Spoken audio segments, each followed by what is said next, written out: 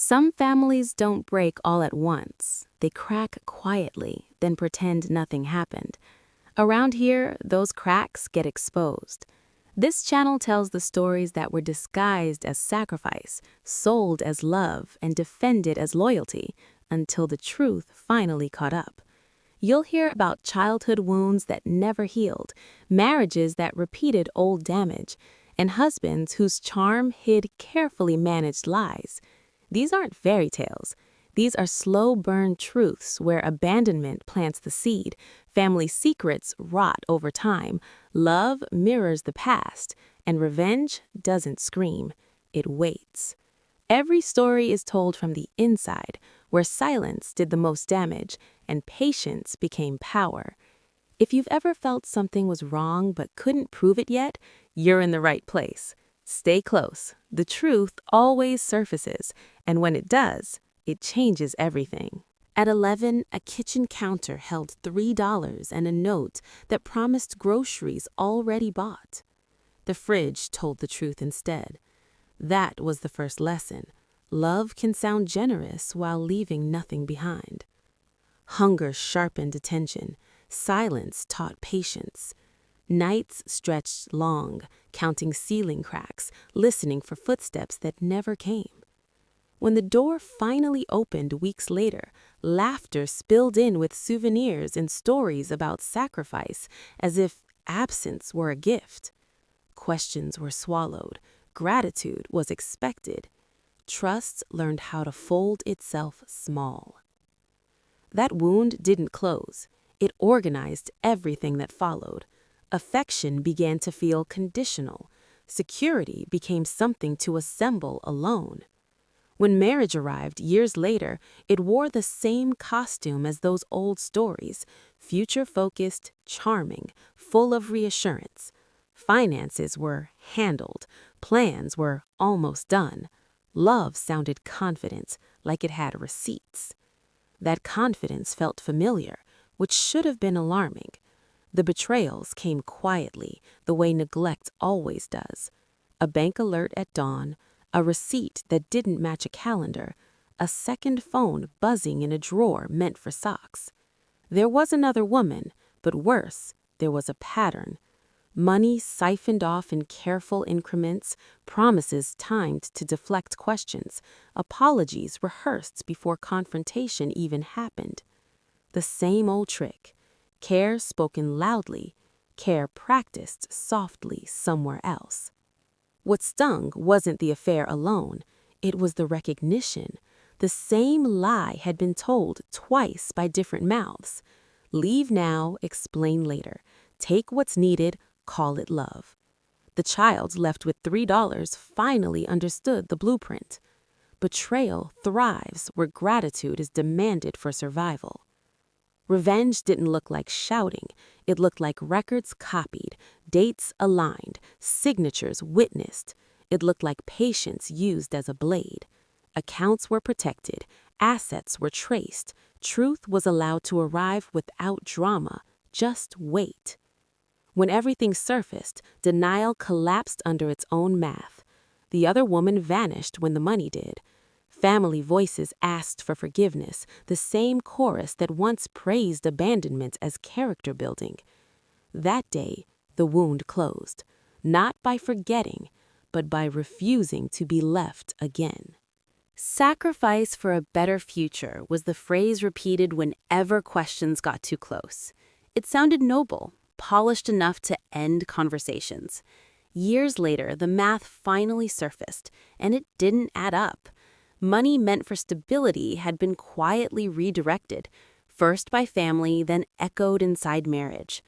What looked like hardship was actually convenience dressed up as virtue.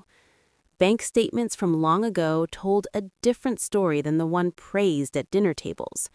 Transfers labeled as fees and emergencies funneled comfort to adults while responsibility stayed behind with a child.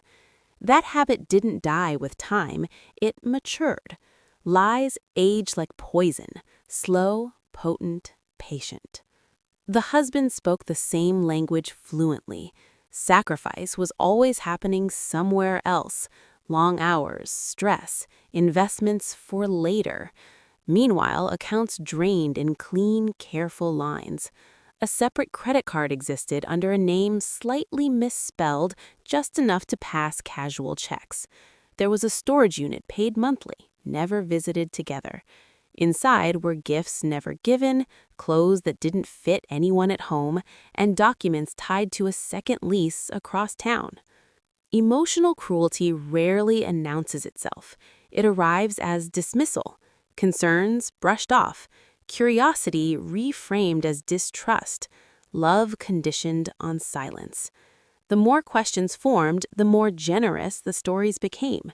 Vacations promised, repairs delayed, affection rationed, comfort always chosen over accountability.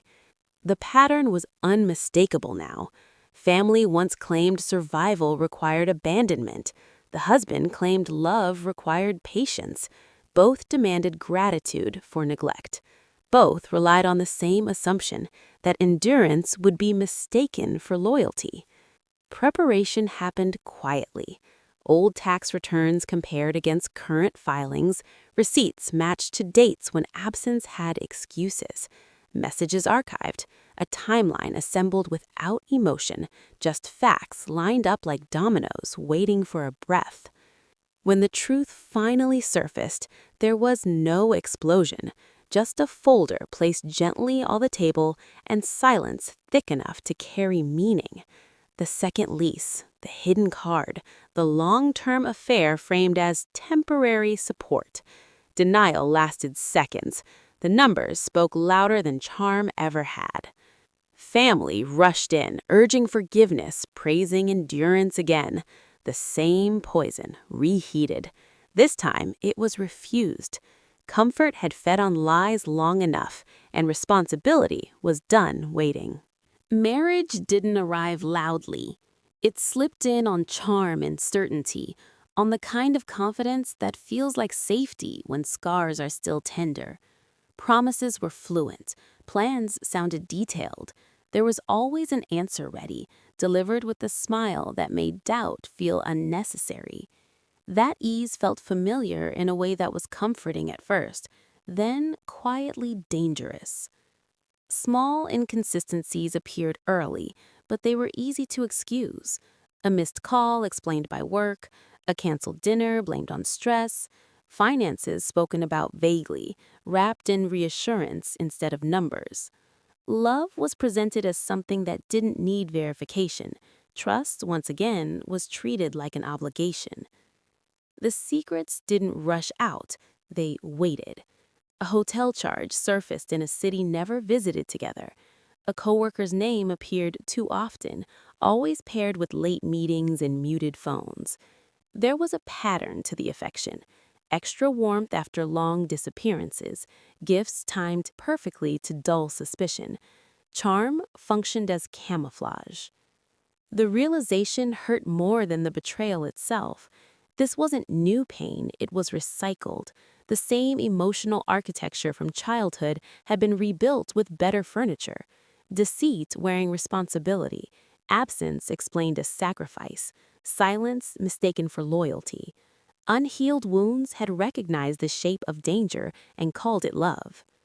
The affair wasn't impulsive, it was organized. Shared calendars hidden under aliases, a separate email syncing receipts and reservations, money diverted steadily, never enough at once to cause alarm. There was even a private savings account labeled for emergencies, funding weekends away and promises made to someone else about a future that overlapped with this one. Anger didn't take over, precision did. Screenshots saved, statements printed. A quiet audit of years began. Every lie at a timestamp, every excuse had a cost. Preparation became a form of reclaiming control. When confronted, the performance collapsed quickly. Tears arrived on cue, apologies spilled out, blaming childhood, stress, temptation, the same script used by generations before. Responsibility attempted to shift sideways again, hoping empathy would interrupt consequences. It didn't. Papers were filed without warning, accounts secured, the narrative rewritten in facts instead of feelings. The other woman learned the truth the same way it had been learned here, through documents, not promises. The charm that once felt magnetic suddenly looked cheap, rehearsed, hollow. Marriage had repeated the past because the past had never been forced to answer. That cycle ended the moment silence stopped being compliance. Familiar damage only survives when it's allowed to stay. Revenge didn't announce itself. It settled in quietly, the way clarity does after denial burns out. There were no raised voices, no slammed doors, no public scenes, just a decision to stop absorbing damage and start documenting it. Truth works better when given time. Every secret left fingerprints. Phone records showed patterns that charm once blurred. Calendar entries overlapped in ways excuses couldn't untangle. Bank statements revealed careful theft, not desperation. Money moved in polite amounts, scheduled like rent. A second life had been budgeted with precision. Even apologies followed a rhythm, arriving only when exposure felt close. The husband mistook calm for weakness. Confidence grew reckless. Lies got lazy. A private email account synced automatically to a shared tablet. A message popped up mid-morning, affectionate and careless, confirming weekends away, confirming promises made elsewhere, confirming how replaceable loyalty had been treated. Screenshots were taken without shaking hands. Justice prefers preparation over passion. A lawyer reviewed everything without commentary, just nodding as evidence stacked itself. Accounts were separated quietly. Credit was frozen. Copies were made of deeds, titles, tax returns. The truth became a file, not a feeling. That difference mattered. Timing was everything. Papers were served on an ordinary Tuesday, after coffee, before work. No warning, no negotiation. Shock stripped the charm clean off. Words scrambled for control that no longer existed. Denial tried to breathe, but found no air. Every attempt to reframe the story ran straight into documentation. The other woman learned the truth secondhand, through subpoenas and bank holds. Romance rarely survives audits. The future promised to her evaporated under itemized facts. Silence replaced affection fast. Money always tells the truth first. Family attempted interference, urging peace, asking for discretion, suggesting forgiveness as a virtue again. Those requests sounded familiar, recycled from years earlier when responsibility had been optional and endurance had been praised. This time, the answer was procedural, not emotional.